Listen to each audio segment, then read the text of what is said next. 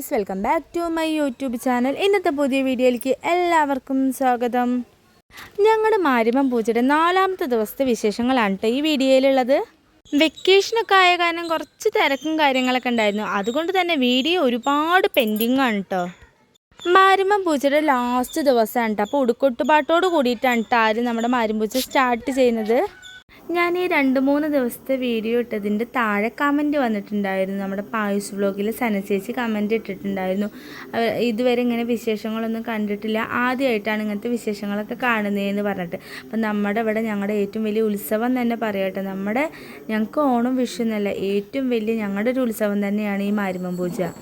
ഈ ഒരു വർഷം ഈ ഒരു മാസം ആവാൻ വേണ്ടിയിട്ടുള്ള കാത്തിരിപ്പാണ് കേട്ടോ നമ്മുടെ ഈ നാട്ടുകാർക്ക് തന്നെ ഉള്ളത്. മാർച്ച് മാസം ആയി തുടങ്ങിയ പിന്നെ എല്ലാവർക്കും നമ്മുടെ മാരിമം പൂജയുടെ വിശേഷങ്ങൾ മാത്രമാണ് ഇപ്പോൾ പറയാനുള്ളത്. അതിൻ്റെ തയ്യാറെടുപ്പുകളും കാര്യങ്ങളൊക്കെ ഉണ്ട് ബാക്കി ഉണ്ടായിരിക്കുക. ഞാനിപ്പോൾ 4 വർഷത്തോളം അടുപ്പിച്ച് ഇങ്ങനെ തുലാഭാരം ചെയ്യുന്നുണ്ട്. എപ്പോഴും ഫസ്റ്റ് ഡേ ആണ് കേട്ടോ ചെയ്യാറുള്ളത്. അപ്പോൾ ഇപ്രാവശ്യം നമ്മുടെ സനുവിന് എക്സാം ഉള്ള കാരണം ഫസ്റ്റ് ഡേ ചെയ്യാൻ പറ്റിയിട്ടുണ്ടായിരുന്നില്ല. അപ്പോൾ 3 പേർക്കും കഴിക്കുന്ന വേപ്പില കൊണ്ടാണ് കേട്ടോ തുലാഭാരം ചെയ്തിട്ടുണ്ടായിരുന്നത്. ഫസ്റ്റ് ഡേ തന്നെ ചെയ്യണം എന്ന് നിർബന്ധമൊന്നുമില്ല, പക്ഷെ ഞാൻ എല്ലാ വർഷവും അങ്ങനെയാണ് ചെയ്യാറുള്ളത്. അപ്പോൾ ഇപ്രാവശ്യം ലാസ്റ്റ് ഡേ ആണ് കേട്ടോ തുലാഭാരം ചെയ്യുന്നത്.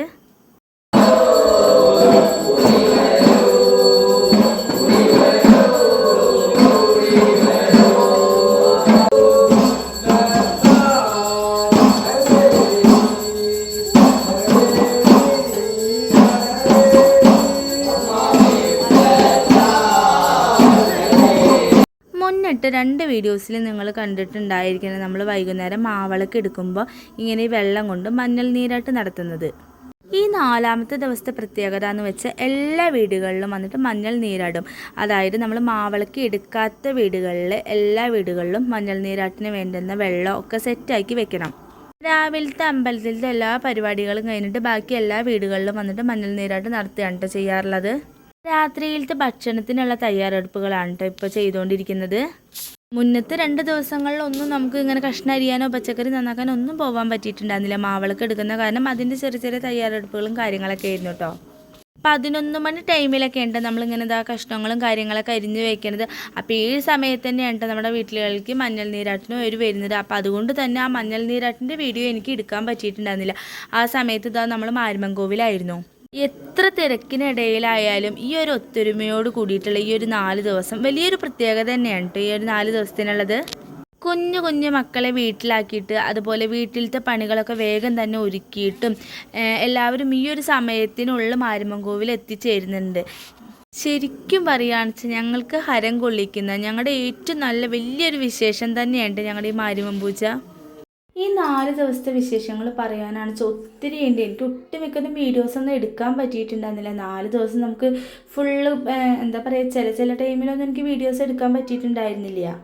പറ്റുന്ന വീഡിയോസ് ഞാൻ ഒട്ടുമിക്കതും എടുത്തിട്ടുണ്ടായിരുന്നു. ഇനി ഞങ്ങൾക്ക് അടുത്ത വർഷം വരണം ഇതുപോലെ ഒന്ന് ഒത്തുകൂടാൻ വേണ്ടിയിട്ട്. അങ്ങനെ ഞങ്ങളിതാ വൈകുന്നേരത്തെ ഫുഡിൻ്റെ കാര്യങ്ങളെല്ലാം സെറ്റാക്കിയതിന് ശേഷം പിന്നെ കുറച്ച് പൂക്കളൊക്കെ ഉണ്ടായിരുന്നു കേട്ടോ. അപ്പോൾ അതൊക്കെ നേരെയാക്കാനുള്ള പരിപാടിയിലായിരുന്നു. അങ്ങനെ അവിടുത്തെ പരിപാടികളൊക്കെ കഴിഞ്ഞ് നമ്മൾ നേരെ വീട്ടിലേക്ക് വന്നു. പിന്നെ രാത്രിയാണ് കേട്ടോ നമ്മൾ അമ്പലത്തേക്ക് പോകുന്നത്. രാത്രി എന്ന് പറഞ്ഞൊരു വൈകുന്നേരത്തോട് കൂടിയിട്ടാണ്. അപ്പോൾ വൈകുന്നേരം അടിപൊളി തായമ്പക അത് കാണാൻ ഒത്തിരി ആൾക്കാരുണ്ടായിരിക്കും. പ്രത്യേകിച്ച് ലാസ്റ്റ് ദിവസമായ കാരണം കണ്ടില്ലേ ഞങ്ങൾ നാട്ടുകാരുടെ ഒരു ഹരം. തായമ്പക അങ്ങനെ അടിച്ചു പൊളിച്ച് എല്ലാവർക്കും സത്യം പറഞ്ഞാൽ ഇനിയുള്ള വിഷമം എന്ന് പറഞ്ഞാൽ 4 ദിവസം കടന്നു പോയത് അറിഞ്ഞില്ല. നിങ്ങൾക്ക് ആർക്കെങ്കിലും ഈ നാട്ടുകാരുടെ മുഖത്ത് 4 ദിവസത്തെ ഓർക്കക്ഷീണം കാണുന്നുണ്ടോ? അത്രയ്ക്ക് അടിച്ചുപൊളി തന്നെയായിരുന്നു കേട്ടോ എല്ലാവരും.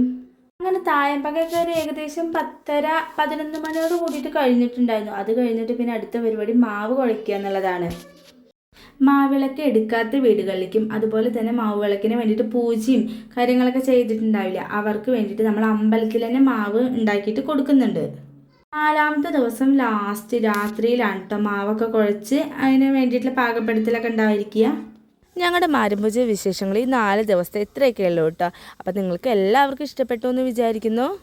ഇനി എന്തായാലും പുതിയ വീഡിയോ ആയിട്ട് വരും വരെ ബായ്. അപ്പോൾ നമ്മുടെ വീഡിയോ ആദ്യമായിട്ട് കാണുന്നവരാണെന്നുണ്ടെങ്കിൽ ഒന്ന് സപ്പോർട്ട് ചെയ്യാനും സബ്സ്ക്രൈബ് ചെയ്യാനും ലൈക്ക് ചെയ്യാനും കമൻറ്റ് ചെയ്യാനും ഷെയർ ചെയ്യാനും മറക്കല്ലേ.